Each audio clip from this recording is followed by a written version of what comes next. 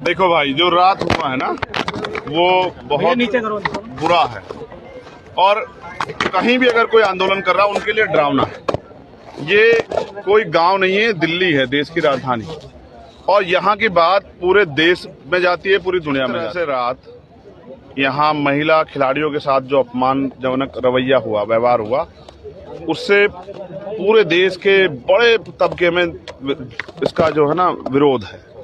लोगों को इस बात का दुख है कि सरकार के इशारे पे पुलिस ने सब चीजें की, और इस रोष को आप कहीं भी किसी गांव देहात में पूछ लो, सब लोग इस पर चिंता व्यक्त कर रहे हैं कि अगर जंतर मंतर पे ये हो रहा है तो आम देहात में जो बहन बेटियां न्याय के लिए लड़ना चाहती है उनके मन पे इसका कितना जोर पड़ेगा।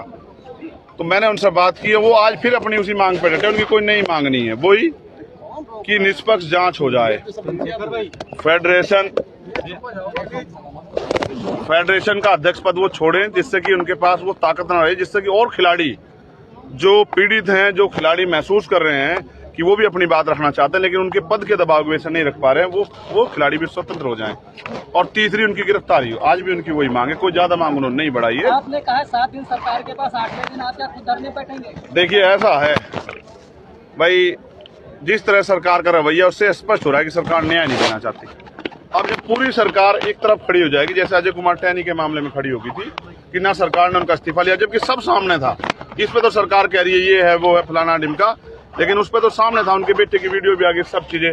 और वो बेटा किसकी शक्ति पे कर रहा था? उनके अपने पिताजी की शक्ति पे। तो ना उनसे इस्तीफा मांगा जिन्होंने किसानों को मार दिया, कुचल दिया, और ना ही उन्होंने कभी इस पे खेद प्रकट किया। तो इसलिए इस सरकार से भरोसा खत्म हो गया है। इसलिए हमने तय किया कि 7 दिन हम सरकार को देते हैं, चाहे पुलिस यहाँ जो 164 के बयान करके उनको गिरफ्तार कर ले। अगर ऐसा नहीं होता है फिर 8वें दिन हम इनके आंदोलन को मजबूत करने के लिए, क्योंकि जिस तरह का रात हुआ ये कभी भी हो सकता है, फिर इन्हें गिरफ्तार भी करके जेल भेजा, तो हम फिर 8-7 दिन के बाद यहीं बैठने का काम जो है वो करेंगे इनके साथ। जैसे जिस तरह के उसमें रह रहे हैं, जमीन पे जो तमाम तरह की जो बिना सुविधा के इस तरह का जीवन काट रहे हैं, उस संघर्ष के जीवन को हम भी जो है ना झेलने काम करें, क्योंकि हम बहन बेटियों के सम्मान की बात करते हैं। अगर हम अपनी उन बेटियों का जिन्होंने देश का नाम रोशन किया, उन्हीं के सम्मान की रक्षा नहीं कर पा रहे तो फिर कैसा चलेगा।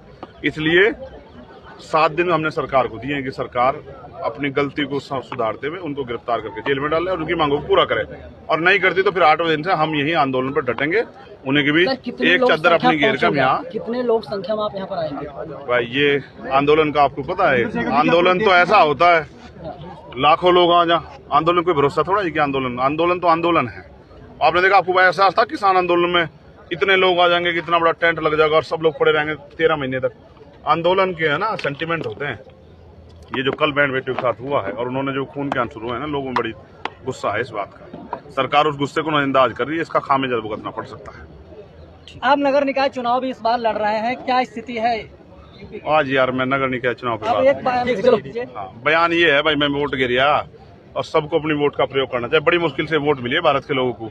इस वोट से चाहो तो वो बड़े बड़े ताकतवर की जड़ें हिला सकते हैं, तो अपनी वोट का प्रयोग करना चाहिए। लोकतंत्र में बहुत जरूरी। बाबा साहब अम्बेडकर ने बहुत संघर्ष से वोट अधिकार दिलाया था, तो हमें उसका प्रयोग करिए। मैंने सबसे अपील करी कि वो भी करें।